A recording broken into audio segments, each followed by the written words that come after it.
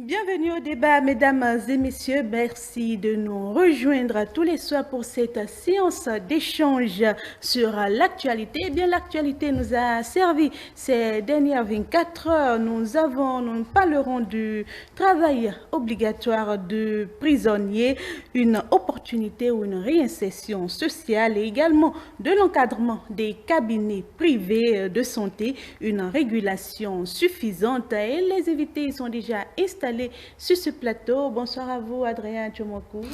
Bonsoir Maël Lapson, bonsoir à toutes et à tous et bienvenue à ce débat. À ma droite, Ulfran Kanhonou, bonsoir à vous. Bonsoir Damaël et bonsoir à tous. C'est un plaisir de vous retrouver encore sur ce plateau. Mesdames et messieurs, le 22 janvier 2025, le gouvernement béninois a adopté un décret visant à organiser le travail des détenus conformément aux dispositions du Code de procédure pénale qui rendent le travail obligatoire pour les personnes condamnées. Eh bien, nos échanges vont commencer par là. Adrien Tchomonko, qu'est-ce qu'on doit comprendre déjà par ce décret? Madame Maël, il faut dire que le gouvernement béninois s'est basé bel et bien sur la loi portant le nouveau code de procédure pénale qui dit que désormais il faut que ceux-là qui sont retenus dans les liens de la justice aussi travaillent. C'est vrai que nos prisons, a priori, on peut se poser la question de savoir si nous avons cette infrastructure au niveau de nos prisons, mais je pense que ça donne matière à réflexion. D'une manière ou d'une autre, le gouvernement béninois s'est appesanti sur le nouveau code pour pouvoir prendre ce décret qui a été acté en Conseil des ministres et ne serait-ce désormais que le gouvernement prendra des décrets d'application. Ce qu'il faut dire pour le moment, c'est que oui, désormais en République du Bénin, des pensionnaires peuvent travailler, des pensionnaires peuvent apprendre un métier, ils peuvent se faire former. Des prisonniers, en fait, c'est des pensionnaires. Quand vous êtes retenu dans les liens de la justice, vous êtes des pensionnaires. Puisque un prisonnier, c'est par échéance, par grade, je voudrais dire.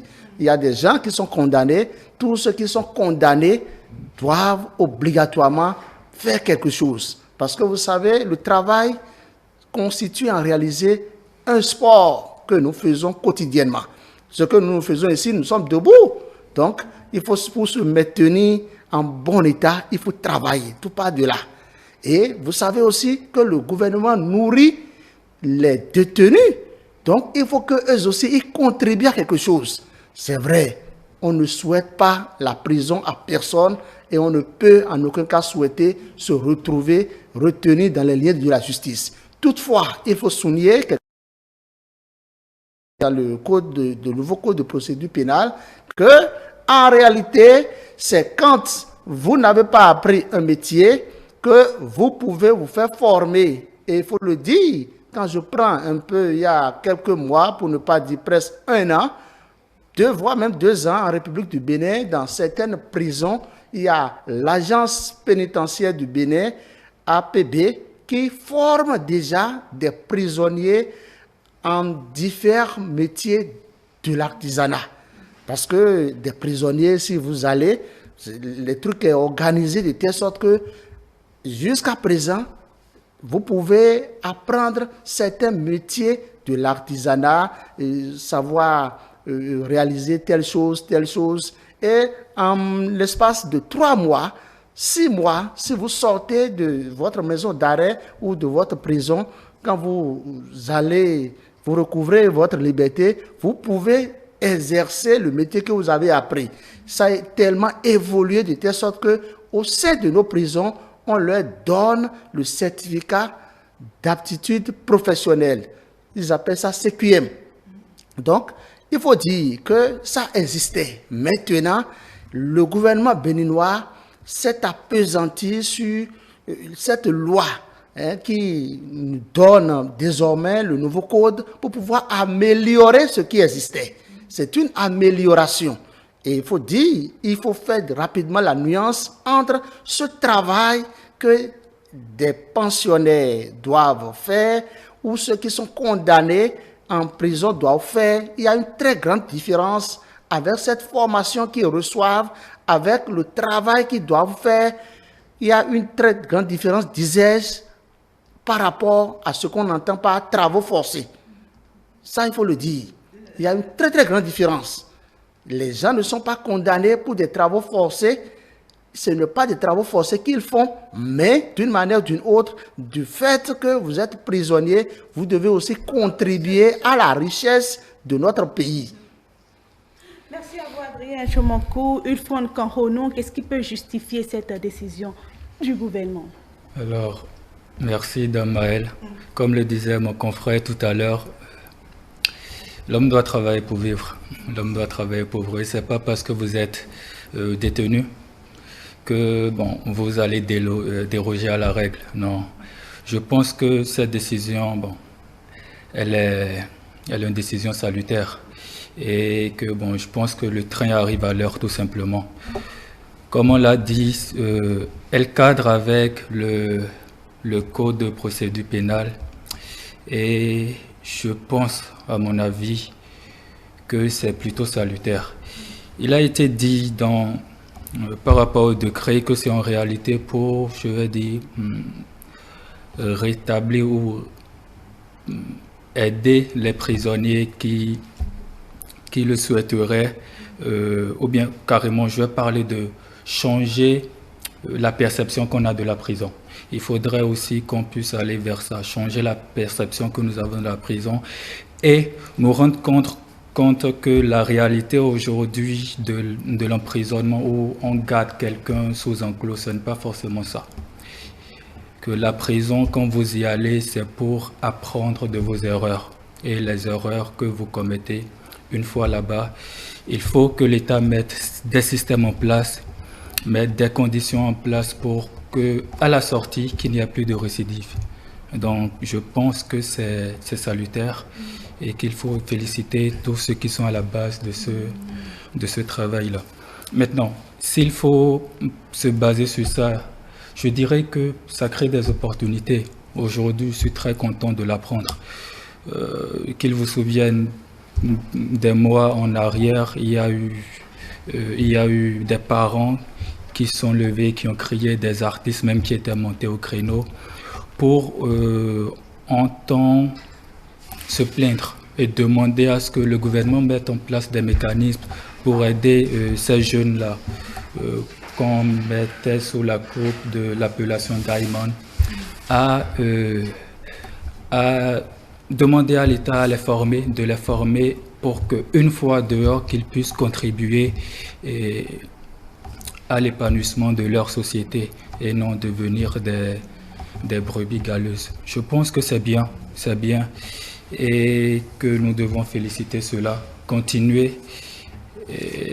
C'est pas quelque chose de nouveau. C'est pas quelque chose de nouveau. Ça, mon confrère l'a rappelé.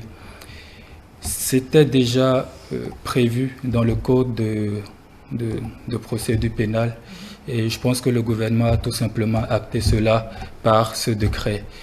Et il y aura des décrets d'application, comme mon confrère l'a rappelé, pour établir la responsabilité de chacun, le dû, les droits et devoirs des prisonniers et je pense que c'est salutaire. Merci à vous, Adrien Tchomankou. Parlons de formation. Quel type de formation pourrait être enseignée à ces détenus? Vous savez, si vous lisez un peu le nouveau code de procédure pénale, il faut vous dire que, en réalité, ce code est venu améliorer l'existant. Et ce décret d'application est venu renforcer le code en réalité. C'est-à-dire de façon terre à terre. Actuellement, dans certaines prisons, encore que le gouvernement est dans une politique de moderniser nos prisons. Vous avez vu, il y a 20 ans, il y a, disons, 15 ans, c'est plus raisonnable, il y a 15 ans, vous souvenez des conditions de vie carcérale à la prison civile de Cotonou. Aujourd'hui, ce n'est plus comme ça. Il y a des maisons, vous ne verrez plus des gens entassés dans une petite chambre ou bien les mettre ensemble, les enfermer. Non, ce n'est plus comme ça. C'est pour dire quoi? Le gouvernement est en train de poser de très bons jalons. Quand je prends les formations dont vous me demandez, on sait que l'agence pénitentiaire du Bénin a déjà opté pour des formations diplômantes dans nos prisons, avec bien sûr l'appui des ONG. Il y a plusieurs ONG qui viennent appuyer ces actions. Maintenant, avec le temps, le gouvernement a compris qu'il faut quand même, c'est vrai, c'était autorisé, mais il faut légiférer ça. Et les députés à l'Assemblée nationale ont donné quitus. Aujourd'hui, ce ne serait plus uniquement des formations que nous assistons où pendant 3 mois, 6 mois, voire peut-être plus 1 an, les gens ont déjà ce qu'on entend par CQM. Des formations, pour la plupart, ces formations, c'est des formations pour des métiers de l'artisanat. Aujourd'hui, il est dit clairement dans le Conseil des ministres qu'il y aura des décrets d'application et sur la base du code pénal et que c'est les différentes formations ou les différents travaux qui peuvent être menés à l'intérieur de nos prisons, on va les connaître. Vous savez, il y a une très grande différence entre les prisons et des maisons d'arrêt. Nous n'allons pas revenir là-dessus, mais ce qu'il faut dire aujourd'hui, à l'état actuel des choses, c'est qu'il y a déjà un existant et c'est cet existant qu'on est en train d'améliorer. Quand vous allez dans n'importe quelle prison ou maison d'arrêt, est-ce que vous convenez avec moi qu'il y a, je dis les choses comme ça, qu'il y a un petit marché au sein de nos prisons pour que on sait que c'est tel jour, c'est tel rendez-vous où des gens peuvent venir s'approvisionner. Donc, ça veut dire que le gouvernement est en train d'améliorer les choses. On sait que dans nos prisons et dans toutes les prisons, il y a par exemple une cabine téléphonique où ce numéro ou des numéros qui sont utilisés sont des numéros sur la base d'une loi. Ce sont des numéros qui sont sous écoute. Donc, tout prisonnier peut se rendre dans ces cabines téléphoniques pour pouvoir faire effectuer des appels téléphoniques. Est-ce que vous convenez avec moi qu'il y a des coiffeurs, il y a des maîtres coiffeuses au sein de nos prisons? La question est de savoir si aujourd'hui tout ceci sera légiféré, sera réorganisé. Nouveau décret. C'est sur la base du nouveau décret qu'on veut réorganiser ce qui existait. Parce que dans toutes les prisons, il y a des coiffeurs par exemple, il y a des tailleurs, il y a presque tout corps de métier. Donc, on veut, sur la base du nouveau code, réorganiser ce qui se passe à l'intérieur de nos prisons et ce qui pouvait se passer aussi à l'extérieur de nos prisons. Vous savez, si vous allez au Nigeria tout près, et moi je l'ai toujours dit, je l'ai toujours souligné, parce que le gouvernement a l'obligation de nourrir tout prisonnier. Écoutez, non seulement nourrir tout prisonnier, de prendre en charge au plan sanitaire tout prisonnier. Donc, il faudrait que d'une manière ou d'une autre, le prisonnier aussi contribue à quelque chose, qu'il apporte de plus-value à notre ressource. Écoutez, si des gens savent, par exemple, labourer la terre, c'est pour ça que je dis, le chemin est encore long pour le gouvernement. Le gouvernement doit avoir des domaines où, et puis bon, si c'est de façon hebdomadaire, les gens iront travailler. Si c'est l'agriculture qu'ils veulent faire, c'est des trucs comme ça, parce que les gens ne seront pas là pour être seulement nourris. C'est vrai qu'ils n'ont pas demandé, mais il faut dire que vous soyez criminel ou pas, que vous soyez condamné ou pas, que vous soyez poursuivi de façon générale par la justice, vous devez contribuer à quelque chose. Mais si vous êtes un fonctionnaire, parce que les trucs sont classifiés en réalité. Les fonctionnaires, les hauts fonctionnaires, encore que ceux-là, ils ont leur milieu carcéral à part. Donc, en réalité, c'est ceux-là qui n'ont pas appris à faire quelque chose et qui, malheureusement, se sont retrouvés dans les liens de la justice. C'est des gens qui, par exemple, apprenaient un métier, qui, malheureusement, se sont retrouvés derrière les barreaux, qui peuvent poursuivre leur formation. Vous savez bien plus que moi que le gouvernement fait beaucoup. Quand je prends par exemple au plan éducatif, il y a des prisonniers qui obtiennent leur bac ils sont autorisés à les composer. Il y a des prisonniers qui obtiennent le BPC. Donc, c'est-à-dire, il y a des choses qui se font.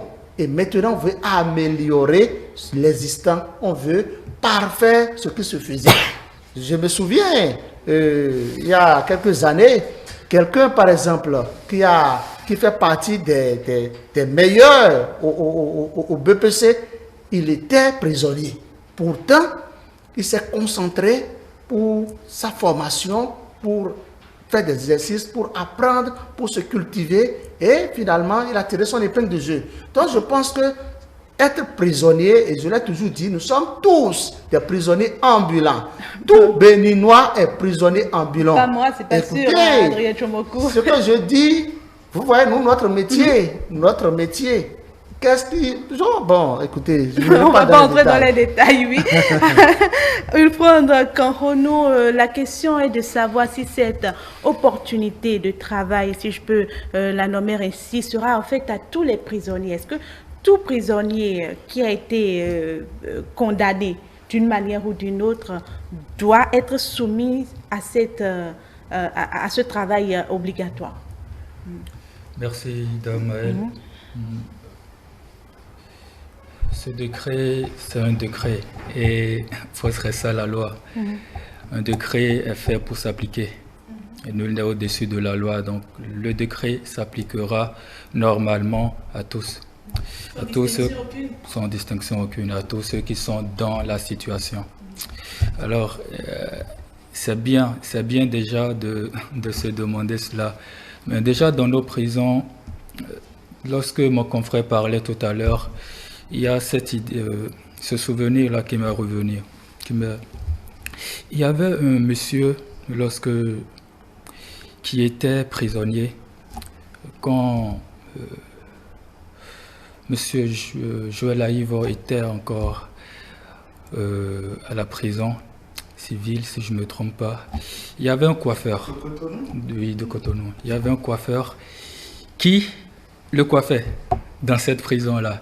Et c'est au cours des discussions que le coiffeur lui disait que ça faisait 20 ans qu'il était là et qu'il n'avait pas eu de jugement. Ça faisait pratiquement 20 ans qu'il était là, sans jugement. Et c'est à partir de là que le professeur Joël Aïvo a tiré la sonnette d'alarme pour que la voix de ce détenu-là soit entendue. Bon, je ne sais pas la suite qui a été donnée, mais c'est pour vous dire par là que si ce prisonnier-là ne savait rien faire, s'il n'avait pas ce don-là ou bien ce talent de coiffeur, je ne pense pas que sa voix l'aurait mené sur les cheveux ou sur la tête de M. Joël Aïvo pour que celui-là puisse l'aider. Donc c'est toujours bénéfique. Pendant 20 ans. 20 ans. Donc c'est toujours bénéfique lorsque des personnes apprennent à faire quelque chose. Et lorsque le gouvernement met en place, lorsque l'État met en place, parce que c'est une obligation déjà de l'État, de mettre en place toutes les mesures nécessaires pour que tous puissent contribuer à la richesse du pays. Il ne sert à rien de rester dans l'oisiveté, dans la prison. C'est bien, je le répète, c'est très bien. Et il faut féliciter le gouvernement pour ça, mais il faut aussi féliciter tous ceux-là qui ont eu cette idée-là, de repenser, bien de ne pas oublier, de se rappeler que le Code de procédure pénale avait mis cela en place. Et bon, comme je l'avais dit, c'est un train qui arrive à l'heure, c'est très bien. Aujourd'hui, tout le monde, sans distinction, sera soumis à cela et contribuer à la richesse de son État. D'une manière ou d'une autre. C'est très bien. Oui. Adrien Tchomoko a écouté Ulfondre Kanhono, c'est une certes opportunité. Cette opportunité de travail s'appliquera à tous sans distinction aucune. Non, il faut que je vous explique. En réalité, si vous lisez même de façon diagonale le code, Oui. le nouveau code de procédure pénale, ce qui est dit dedans, c'est quoi? C'est que les fonctionnaires, les hauts cadres ne sont pas concernés. Parce que vous êtes déjà des cadres. Vous avez appris à faire quelque chose. vous êtes payé, vous êtes rémunéré. Même si vous êtes condamné, écoutez, même si vous êtes condamné, même si vous n'êtes pas condamné et que vous êtes en détention préventive, avec les tests en vigueur, vous continuez de jouir de ce que de votre rémunération, si vous voudrez dire les choses comme ça. Donc, d'une manière ou d'une autre, vous avez appris à faire quelque chose. C'est ceux-là qui n'ont appris à rien faire. Ceux-là qui n'ont reçu aucune formation, qui, de façon diversifiée, vont volontiers dire « Nous voulons apprendre tel métier, tel métier, tel métier ». Je vais vous donner un exemple de façon terre à terre. Les plus de 1500 cybercriminels incarcérés à la prison civile de Misérité, vous voulez que ces plus de 1500 deviennent quoi? Donc je pense que c'est au regard de tout ça que le gouvernement veut amener ces jeunes cybercriminels, ces jeunes présumés cybercriminels à avoir un diplôme, à se faire former dans un secteur donné pour que dès qu'ils vont purger leur peine, une fois au dehors, une fois avec leur petite famille, ils puissent mettre en application ce qu'ils ont appris pendant toute cette période carcérale pour qu'ils puissent commencer par jouir du fruit de leurs efforts. Il faut que le gouvernement, et c'est ça le gouvernement est en train de faire, le gouvernement est en train d'amener des gens à être responsables d'eux-mêmes. Et c'est ça. Ça vient commencer avec les actions posées par l'agence pénitentiaire du Bénin, soutenue bien sûr par plusieurs ONG. Je suis responsable d'ONG et je sais de quoi je parle. Vous comprenez ce que je dis? Donc je pense que avec le nouveau code, le gouvernement va prendre des décrets d'application pour définir les secteurs d'activité qui doivent régner au sein de nos prisons et aussi à l'extérieur de nos prisons. Parce que des prisonniers auront à sortir, à aller se faire former, très bien conduits par des forces de l'ordre, des militaires, pour qu'ils puissent obtenir finalement un diplôme. Donc, quand on dit qu'il s'agit du travail obligatoire, c'est obligatoire pour ceux-là qui n'ont rien appris à faire, pour ceux-là qui n'ont aucun diplôme, ceux qui n'ont reçu aucune formation. Une fois là-bas, on t'invite à choisir un métier et on te soutient. Vous voyez que c'est pas mal, c'est une très bonne chose. Tu ne paies pas les frais de contrat, c'est le gouvernement qui prend tout ça en charge à travers l'agence pénitentiaire du Bénin. On vous prend en charge, on vous nourrit pendant 3 mois, 6 mois, 1 an, 2 ans, 3 ans, même si c'est vous voulez être cadreur, même vous voulez être par exemple un vitrier, si vous voulez être un maçon, un menuisier, le gouvernement s'organise pour vous former. Et une fois que vous recouvrez votre liberté, vous formulez une demande. Il y aura même, selon ce qui est dit, un appui, un suivi. Parce que le gouvernement aura même à vous soutenir financièrement. Vous voyez comment le gouvernement est en train de bien réfléchir. On aura à appuyer les gens financièrement et pour qu'ils puissent ouvrir leur atelier de formation, leur atelier, ils auront par la suite, par exemple, des apprentis. Donc, je pense que c'est une très bonne idée et l'idée a été germée, très bien mûrie et conduite de main de maître par ceux qui sont là actuellement, ceux-là à qui je dis félicitations. Je les encourage à poursuivre dans cette lancée pour que, par exemple, je le dis, les plus de 1500 présumés cybercriminels, à leur sortie, ils puissent avoir un métier, faire un métier, exercer quelque chose et se départir complètement de cette affaire de cybercriminalité. Alors, Ulfondre Kanhono, en termes de réinsertion sociale, comment le succès de ces programmes sera évalué? Le succès de ce programme sera évalué compte tenu de l'applicabilité, de la mise en œuvre du dit décret et des décrets d'application qui viendront. Déjà, ça n'a pas commencé. On verra bien dans la mise en pratique comment les choses vont se faire et apprécier à ce moment-là les bénéfices que chacun des prisonniers pourra en tirer. Mais il est bien de rappeler que c'est, mon confrère le disait tout à l'heure, que le décret que s'applique uniquement, je pense, à ceux-là qui n'ont pas de qualification professionnelle. Alors, il faudra aussi ajouter que tous ceux-là qui ont envie d'aller vers les métiers qui seront codifiés à travers ce décret ou à partir de ce décret, tous ceux-là qui auront envie d'aller vers ces métiers-là et qui le diront pourront aussi en profiter. Donc c'est très bien. Je suis content de ces mesures-là et j'espère que l'application sera vraiment de mise. Très rapidement, si vous permettez, Madame Maëlle, c'est qu'il faut que les gens comprennent que quand on parle du travail obligatoire des prisonniers, qu'il ne s'agit pas des travaux forcés. C'est très important. Parce que quand on parle des travaux forcés, c'est que c'est une contrainte. On vous contraint. Et il y a des militaires derrière vous. Ça ressort d'une condamnation. Oui, vous voyez un peu ce que je dis. Mais dans le cas d'espèce, que des gens soient condamnés ou pas, ou le plus, ceux qui sont prioritaires, c'est ceux qui sont d'ailleurs condamnés. Si vous êtes condamné, alors vous n'allez pas rester là pour la forme. Il faut que vous puissiez apprendre à exercer quelque chose. Et que quand vous allez purger votre peine, vous puissiez en jouir. Donc ça, c'est très important. Il y a une très grande différence entre un travail obligatoire et un travail forcé. Et comment pensez-vous que ce programme pourra être évalué en termes de réinsertion sociale?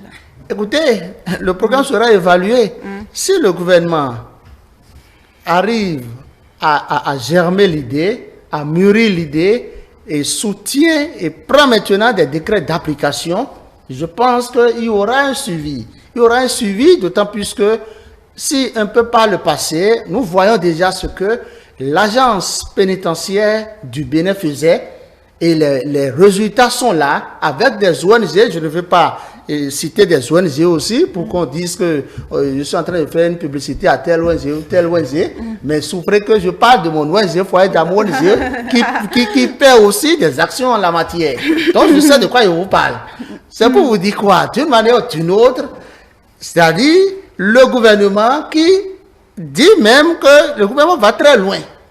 Avec ce que nous entendons, nous responsables de l'ONG, ce qu'on nous dit, c'est que très prochainement, quand les gens auront leur diplôme, quand ils vont recouvrer leur liberté, ils peuvent avoir facilement un appui financier. Vous voyez un peu ce que je dis? Ils peuvent avoir facilement un appui financier pour pouvoir lancer leur activité. Écoutez, vous savez que dans nos prisons, il y a tout au moins un marché qui s'anime une fois par semaine. Si le gouvernement, avec des structures compétentes ou même des structures privées, si ça s'organise correctement, je pense que même des privés vont soutenir, vont aider, vont subventionner des bols d'âme ou de beaux messieurs qui seront des commerçants dans nos prisons. Ça va vous étonner, mais c'est une réalité.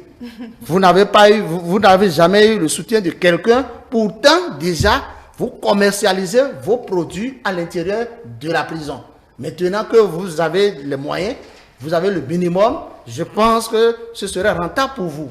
Donc, je pense quand même que le gouvernement est en train de jouer pleinement son rôle régalien qui est de faire en sorte que le bien-être social soit une réalité et que la prospérité soit partagée partout et sur tout l'étendue du territoire national.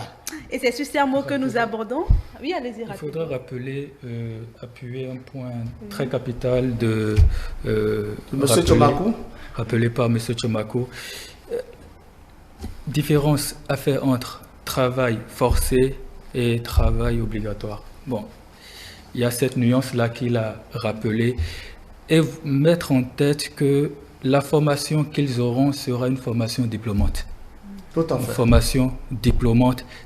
Qui n'a rien à voir avec un travail forcé. Exactement, qui n'a rien à voir. Et à la sortie, comme le disait M. Tchomakou, ils ils pourront faire valoir leur CQM, leur certificat de qualification au métier et pour faire valoir ce que de droit.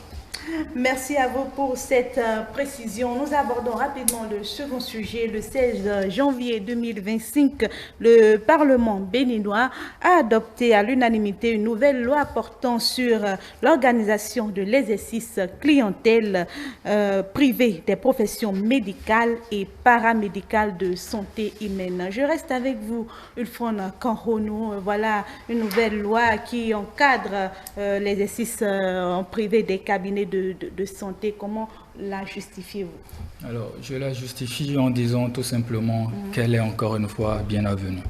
C'est très bien d'avoir pensé à ce secteur-là, qui est un secteur vraiment primaire et capital pour le développement de tout un pays. Cette loi-là,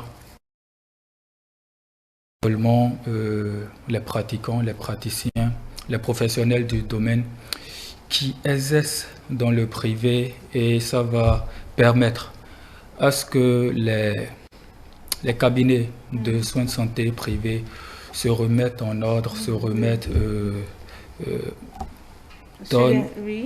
donnent des travaux, je vais dire, donnent des travaux de qualité pour pouvoir servir l'objectif attendu. Merci à vous, Adrien Tchomonkou. Qu'est-ce que vous dites de cette loi adoptée à l'unanimité qui vient encadrer les cabinets privés de santé? Madame Maëlle, vous savez, quand je dis souvent que le gouvernement doit toujours continuer à imprimer cette marque qu'elle a commencé par imprimer depuis 9 ans, les gens ne croient pas à ce que je dis. Vous savez, si vous lisez un peu cette loi qui a été votée à l'unanimité par les députés à l'Assemblée nationale, vous devez vous en réjouir. De quoi? Vous devez vous en réjouir de plusieurs choses. Mais la chose phare qui peut vous en réjouir, c'est qu'il est clairement dit dedans désormais que quand on parle du secteur privé, de l'organisation du secteur privé en santé ou en clientèle privée, écoutez, ce qui est bien dedans, il y a beaucoup de choses, hein, mais ce que moi j'ai cerné et qui retient mon attention, c'est que tout bailleur, qu'il soit agent de santé, qu'il soit journaliste, qu'il soit je ne sais quel secteur d'activité, peut désormais ouvrir un établissement sanitaire. Par exemple comme ça, une pharmacie. Ça veut dire quoi? Ça veut dire on est en train, les députés à l'Assemblée nationale sont en train de résoudre un problème. Parce que pendant plusieurs années, si ce n'est pas le docteur même, c'est le docteur qui est autorisé à ouvrir un centre de santé. C'est le docteur qui est autorisé à ouvrir, comment on l'appelle, une pharmacie. Mais aujourd'hui, le terrain est ouvert. Parce que, écoute, quand on parle d'un docteur, quelqu'un qui a fait de très hautes et brillantes études, 7 ans à l'université, après le bac, c'est au moins 7 ans. Vous voyez un peu ce que je dis? Tu passes ton temps à faire les 7 ans, tu vas encore faire des stages. Au total, tout réuni, c'est 10 ans. Tu finis ça, celui qui étudie n'a pas l'argent. C'est ce que beaucoup ne comprennent pas. L'intellectuel, celui qui est là pour étudier, il n'a pas le blé. Donc, il faut qu'il soit soutenu par quelqu'un. Et aujourd'hui, on sait comment se passe. Des Béninois, de façon générale, n'aiment plus mettre quelqu'un devant. Ils souhaitent que la structure porte leur nom, qu'il soit tout au moins PDG. Donc, je pense que ce problème a été résolu. Aujourd'hui, les bailleurs peuvent s'associer aux médecins en chef et aux praticiens pour pouvoir ouvrir des centres de santé compétents, des pharmacies, pour que nous ayons presque dans toutes les vents, s'il le faut, que nous ayons des centres de santé, que nous ayons des pharmacies, c'est très important, que nous ayons des établissements sanitaires. Parce que celui qui fait ses études, celui qui s'occupe, qui se forme, il n'a pas le temps pour aller chercher l'argent. Donc, l'autorisation est enfin donnée pour que ça ne soit plus un parent direct proche à vous qui pourra vous aider, vous faire tout et vous mettre devant. Il lui-même, il est associé direct. Donc, je pense que c'est une très bonne information, c'est une très bonne décision. Et cette loi qui a été votée à l'Assemblée nationale est vraiment salutaire. Adrien Chomokou, je reste avec vous. Vous parlez tout à l'heure de la liberté d'établissement. Il y a également la responsabilité. La loi affirme que la responsabilité individuelle des patriciens, tant sur le plan civil que pénal, étend cette responsabilité aux établissements de santé. Ça dit que vous avez la liberté d'ouvrir votre cabinet, d'exercer dans le domaine de la santé, mais votre responsabilité est totalement engagée. Oui, la responsabilité pénale est engagée. C'est comme nous, notre métier de journalisme. Quand je prends la presse écrite, puisque c'est la presse écrite que je fais, la presse écrite, on a ce qu'on appelle le directeur de publication. Et il y a le journaliste, le reporter qui est sur le terrain. Le patron, lui, il est là, il ne sort pas. Mais s'il y a une faute professionnelle, le premier poursuivi, c'est le directeur de publication. Le jeune qui a écrit l'article, qui est reporter, qui est journaliste, qui est un homme de terrain, lui, il est juste un co. C'est-à-dire, si on doit prendre quelqu'un, si on doit poursuivre quelqu'un, si on doit arrêter quelqu'un, ce n'est pas en réalité celui-là qui a écrit l'article qui est le premier responsable de cette faute, mais c'est le patron, c'est le directeur de publication. C'est comme chez vous ici, au groupe de presse, ici, ETélé, le premier responsable de tout ce qui se passe, si on doit poursuivre, s'il doit avoir une poursuite judiciaire, c'est bel et bien son Excellence, M. Agapit Napoléon. C'est ça, c'est ce que disent les textes. Donc je pense que cette loi qui a été votée à l'Assemblée nationale, les députés ont compris qu'il faut responsabiliser comme ils ont responsabilité dans le monde des médias, il faut responsabiliser le premier responsable de toute structure sanitaire. Une faute, on ne le souhaite pas, une faute sanitaire, de façon générale, on est là, on pense que bon, c'est le jeune stagiaire qui a mal fait, c'est celui-ci. Non. Si le patron est plus responsabilisé, c'est qu'il aura un regard fixé sur ce qui se passe. Il est là pour contrôler, pour suivre, pour vous rappeler les choses et de façon permanente. Moi, je suis fier de votre groupe de presse ici. Quand je viens, je vois, vous êtes souvent en formation. Le directeur général est là pour vous rappeler des notions, pour vous dire, vous ne devez pas dire ceci, on ne doit pas dire ça. C'est ça. C'est ça ce qui fait une grande entreprise de presse. Donc, c'est la même chose que les députés ont voulu que ça se passe désormais au niveau du secteur de la santé. Je pense que cette loi est la bienvenue. Ça va résoudre beaucoup de problèmes parce que désormais, non seulement les fautes sanitaires seront individuelles, mais ce serait non seulement individuel, mais collectif. Merci à vous, Adrien Chomoko. Wilfond Kanhonou, le test prévoit également une rationalisation des procédures d'autonomisation, facilitant ainsi une autonomisation nécessaire pour exercer en clientèle privée. Est-ce à dire que n'importe quel cabinet aujourd'hui peut ouvrir, n'importe qui peut se lever aujourd'hui et ouvrir un cabinet? Est-ce qu'il y a des mesures accompagnatrices pour vérifier en fait la qualité de ces cabinets-là?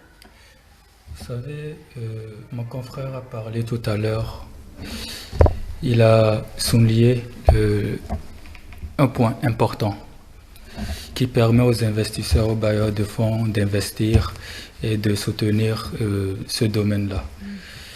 C'est salutaire, comme il l'a dit. Aujourd'hui, il faudrait qu'on comprenne que l'État, le pouvoir public, seul ne peut pas résoudre tous les problèmes. Et que le privé arrive à soutenir l'État, les pouvoirs publics. C'est ce qui est demandé, c'est ce qui est la norme, pour pouvoir décharger un peu tous ces péripéties-là que rencontre l'État central dans la satisfaction de l'intérêt général. Aujourd'hui, si quelqu'un a les moyens et qu'il se trouve qu'il veut investir dans ce domaine, il a le droit d'investir dedans. Ce qui n'était pas le cas il y a un moment de cela. Donc je suis content de cette décision-là. Mais cela ne veut pas dire que c'est pas parce qu'on a ouvert la porte que n'importe qui va entrer. Non, il faudrait que vous sachiez que la santé de quelqu'un, c'est son bien-être. Et si vous devez aller vers ce domaine-là, il faudrait parler d'une responsabilité. La responsabilité déjà pénale, mais aussi civile du pratiquant qui peut être engagé lorsqu'il y aura des bévures dans l'exercice de cette fonction-là. Ça va permettre à ce que la qualité y soit et que chacun puisse être en mesure de faire son boulot, les praticiens, et que les personnes qui vont dans les centres de santé pour se faire soigner puissent aussi bénéficier de leur... Alors, Adrien Tchomokosi, les non-professionnels doivent être autorisés à investir dans le secteur de la santé. Est-ce qu'il y a des normes qui prévoient, qui accompagnent ces ouvertures afin que l'objectif premier derrière l'ouverture de ces cabinets soit réellement atteint? Madame Maëlle, vous ne voyez pas que les députés à l'Assemblée nationale réfléchissent correctement? Ils réfléchissent bien, parce qu'ils sont tellement malins que on se pose la question de savoir, mais ces députés-là, je vais vous expliquer. Vous avez vu comment ils ont procédé? Premier point, ils ouvrent le champ à tout le monde.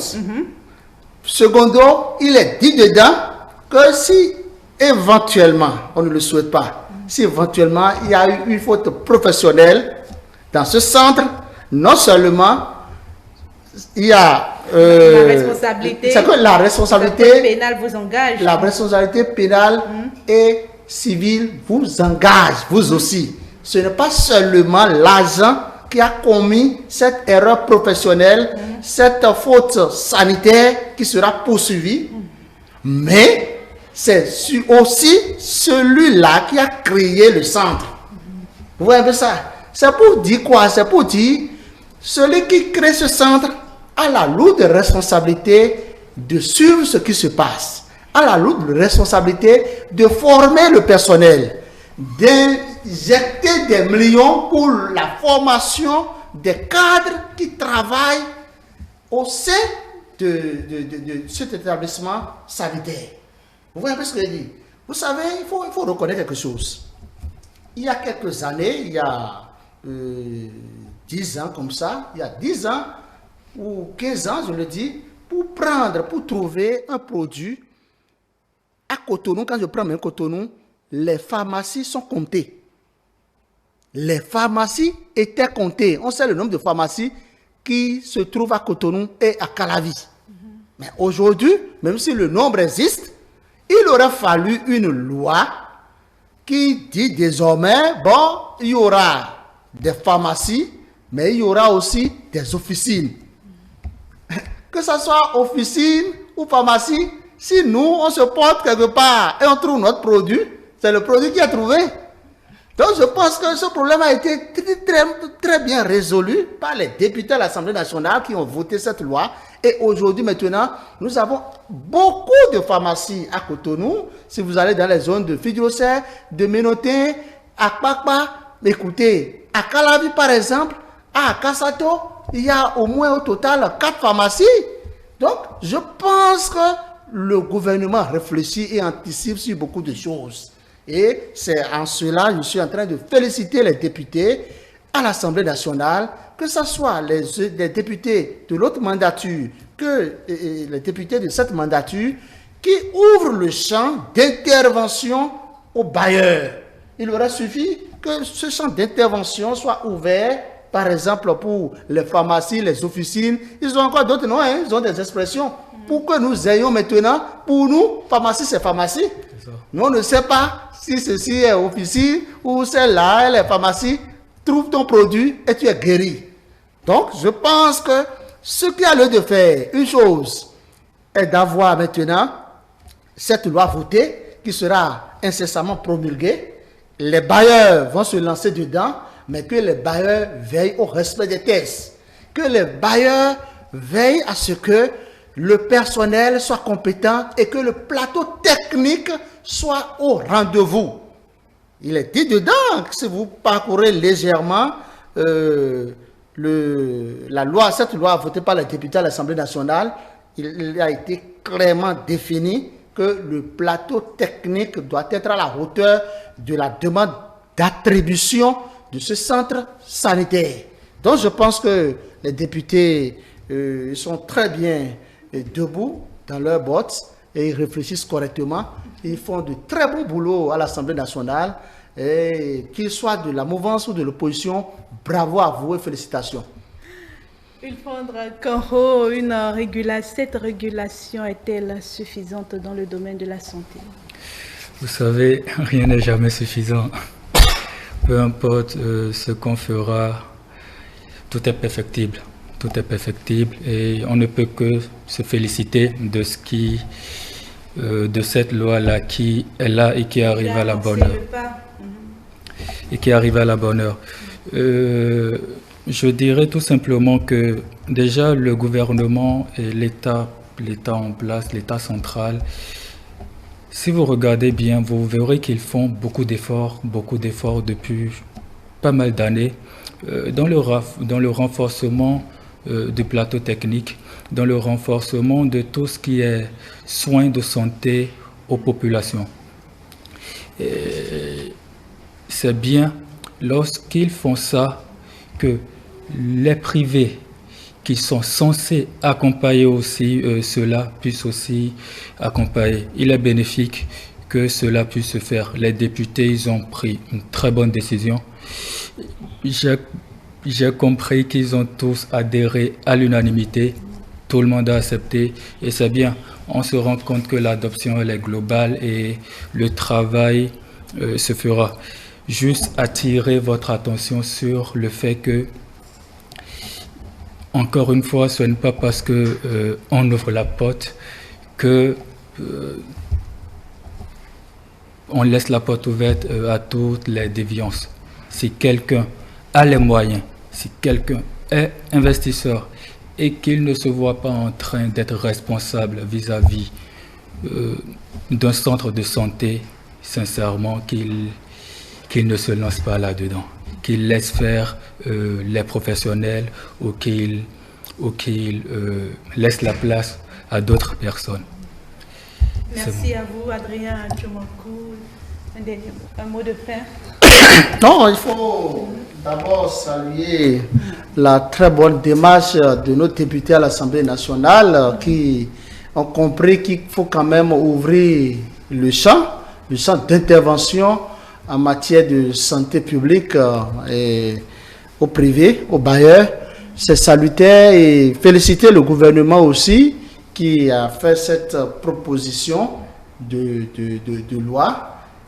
Bon, écoutez, vous savez, le gouvernement sait bien là où il va. Le gouvernement sait bien là où il va, mais je pense quand même que le plus important, avant et après tout, c'est notre santé. La santé, rien ne vaut que la santé vaut tout. La santé est au-dessus de tout. Si vous prenez le budget national, je ne vous apprends rien. Allez lire pour voir un peu ce qui est consenti par rapport à la santé publique. C'est pour dire quoi? C'est pour dire que la santé de tout le peuple béninois est véritablement chère au président de la République, au gouvernement béninois, qui n'hésite à mettre les moyens pour nous sauver, même contre notre gré. Merci à vous. Merci à vous, Adrien Tchomokou, pour cette belle chute. Mesdames et messieurs, c'est sur ces mots que nous mettons fin à ce débat. Le temps qui nous est donné est imparti. Nous avons parcouru le travail obligatoire des prisonniers suite au décret récemment voté par le gouvernement. Il y a également les opportunités. Nous avons exploré les opportunités, la possibilité d'une réinsertion sociale à travers cette nouvelle opportunité que le gouvernement offre aux pensionnaires de nos prisons. Également, l'encadrement des cabinets privés de santé, une régularisation suffisante. Eh bien, c'est une décision saluée par nos invités sur ce plateau, quand bien même ils ont fait comprendre que ce secteur n'est pas ouvert à tout le monde. Bien sûr, il est ouvert à tout le monde, mais il faudrait que connaisseurs, il va falloir bien que ceux qui sont vraiment agréés pour la chose puissent vraiment la prendre au sérieux.